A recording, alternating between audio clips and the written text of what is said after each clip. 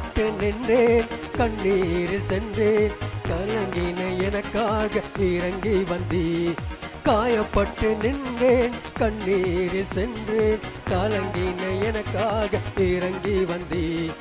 உடன்படிக்கை என்னோடு செய்து இழந்திட்ட யாவையும் திரும்ப தந்து. உடன்படிக்கை என்னோடு செய்து இழந்திட்ட யாவையும் திரும்ப தந்து.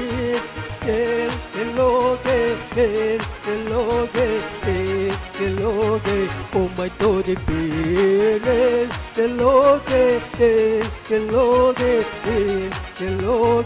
உம்மை துதிப்பேன். உம்மை நம்பி வந்தேன், நான் வெட்கப்படல, உம்முடைய என்னை கைவிடல. உம்மை நம்பி வந்தேன், நான் வெட்கப்படல, உம்முடைய என்னை கைவிடல. வேதத்தில் வாசிக்கிறோம், அவர் வானத்துக்கும் ஆண்டவர், பூமிக்கும் ஆண்டவர், எல்லா மனுஷருக்கும் யாரு? அவர் தான் ஆண்டவர். வானத்துக்கு ஆண்டவன் சொன்னால் வானத்தினுடைய எல்லா காரியத்தையும் கண்ட்ரோல் பண்ணுகிறவர் அவர் தான். இந்த சோலார் சிஸ்டம், இந்த சூரிய சந்திரன், இது எல்லாமே யாருடைய கட்டுப்பாட்டில் இருக்கு? எந்த உலகத்தில் எந்த வல்லமையான நாடுகளுடைய கட்டுப்பாட்டுக்குள் இந்த சோலார் சிஸ்டம் என்ன செய்யல, இருக்கல. ஆராய்ச்சிகள் செய்வதற்கு அனுப்பினாலும் இந்த சோலார் சிஸ்டம் என்று சொல்லக்கூடிய வானத்தில் உள்ள எல்லாமே யாருடைய கையில் இருக்கிறது என்றால் கர்த்தராகிய இயேசுவின் கையில் இருக்கிறது. அப்போஸ்தலர் நடவடிக்கைகள் புஸ்தகம் 17ஆம் அதிகாரம் 24ஆம் வசனத்திலே வானத்துக்கும் பூமிக்கும் ஆண்டவராய், அந்த வசனம் வாசிங்க. வானத்துக்கும் பூமிக்கும் யாரு? ஆண்டவராய் இருக்கிறார். Jesus is the Lord of the earth and the heaven. வானத்துக்கும் ஆண்டவர், பூமிக்கு அவர் யாரு? ஆண்டவராய் இருக்கிறார்.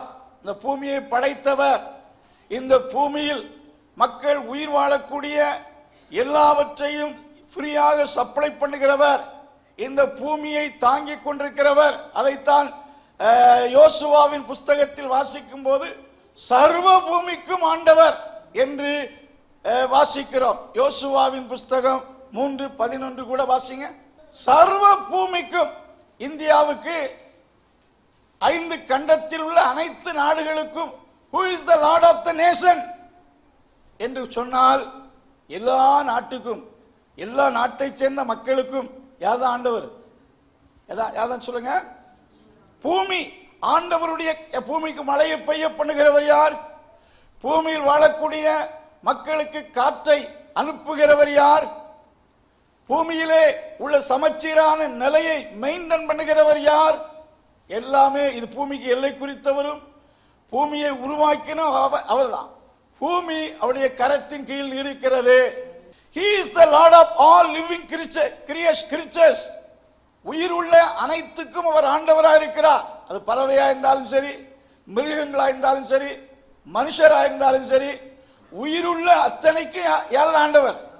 ஒரு மனுஷன், ஒரு பறவை உயிரோடு வாழ வேண்டும் என்றால் ஆண்டவருடைய உதவி இல்லாம என்ன செய்ய முடியாது? என்ன செய்ய முடியாது? He is the Lord of all living creatures. பறவைகளை போஷிப்பது யார்? மிருகங்களை போஷிப்பது யார்? மனிதர்களாகி நம்மை போஷிப்பது யார்? யார் சொல்லுங்க? நாம தான். அப்பா அம்மா இல்ல, கவர்மெண்ட் அல்ல, கர்த்தர் தான் நம்மை போஷிக்கிறார்.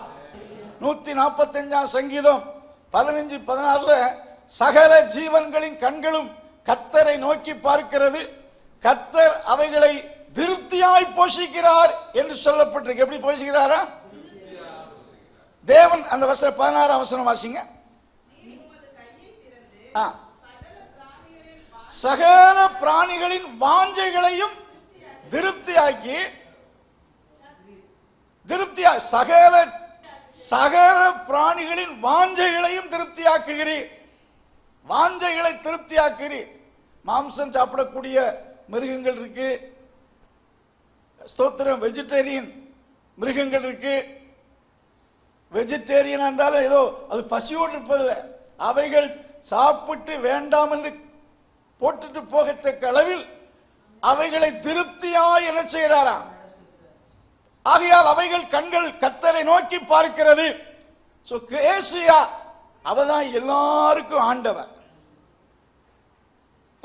கர்த்தருக்கு மகிமை உண்டாவதாக. ரோமருக்கு நிருபம் 10ஆம் அதிகாரம் 12ஆம் வசனம் வாசிங்க. யூதன் என்றும் கிரேக்கர் என்றும் வித்தியாசமே இல்லை, எல்லாருக்கும் கர்த்தரானவர். யூதன் என்றும் கிரேக்கர் என்றும் வித்தியாசம் இல்லை, எல்லாருக்கும் கர்த்தரானவர். Jesus is the Lord and all. யூதனுக்கும் அவர்தான் கர்த்தர், கிரேக்கனுக்கும் அவர்தான் கர்த்தர். உலகத்தில் மக்கள் தான் மனிதர்களை பலவிதமான பிரிவுக்குள் அடக்கி இருக்கிறார்கள்.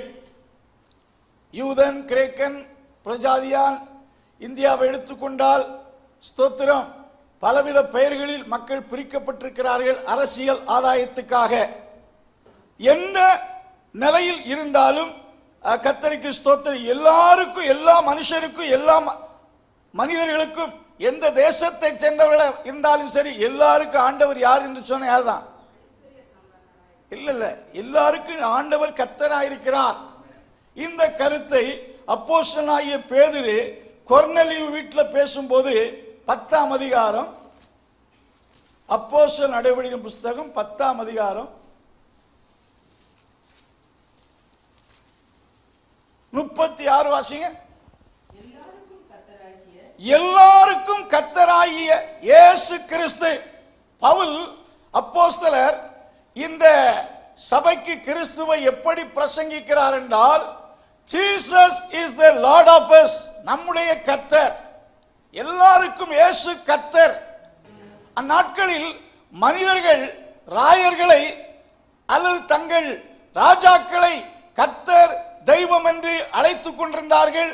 ராஜாக்களும் அதை மக்கள் நடுவிலே இன்சிஸ்ட் பண்ண அந்த காலகட்டத்தில் மனிதர்களை கர்த்தர் என்று அழைக்கிற அந்த நாட்களில் இயேசுவை கர்த்தர் என்று சொல்லும் போது ராஜாவுக்கு எதிராக பேசுகிறார் என்று மக்கள் பயப்படக்கூடிய சூழ்நிலையில் இருந்தது.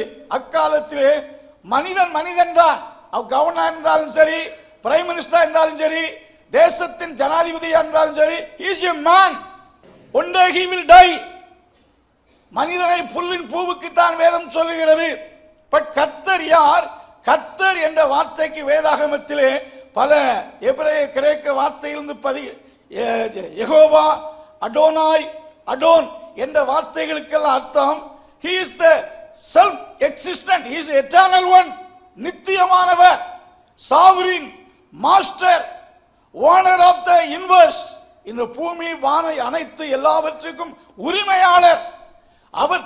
மாஸ்டர் என்றாலே அவரை விட அவருக்கு மேலான எதுவுமே இல்லை. எல்லாவற்றுக்கும் உரிமையாளர். இந்த பூமி அனைத்தையும் படைத்தவர். படைப்பின் மூலமாக எல்லாவற்றுக்கும் சொந்தமானவர். Hallelujah. The Lord என்று சொன்னாலே he is the top most one. அந்த அடோனா என்று சொன்னால் அல்ல அடோன், யெகோவா, இதெல்லாம் நித்தியமானவர், எல்லாவற்றுக்கும் மேலானவர் என்ற கருத்து. ஆண்டவர் அவர் God is sovereign. அவர் பெரியவர். ஹல்லேலூயா. ராஜாக்களை விட அவர் பெரியவர். ராஜாக்களை ஏற்படுத்தினவர். பெரிய அதிகாரத்தில் ராஜாவா இருந்தால் he is a man. He was a created person. But தேவனாகவே இருக்கிறார். முதலாவது கிறிஸ்துவை அவர் கர்த்தர் என்று பிரசங்கிக்கிறார். அன்பின் கர்த்தாவே, இந்த நாளுக்காக துதிக்கிறோம். இந்த கொடுக்கப்பட்ட இந்த வார்த்தைகள் நம்முடைய பிள்ளைகளுக்கு ஆசீர்வாதமாக இருப்பதாக, இந்த வாரத்தின் நாட்கள் ஆசீர்வாதமாக இருப்பதாக, ஆண்டவருடைய கிருபை யாவரோடு இருப்பதாக. இயேசுவின் நாமத்தில் ஜெபங்கள் நல்ல பிதாவே.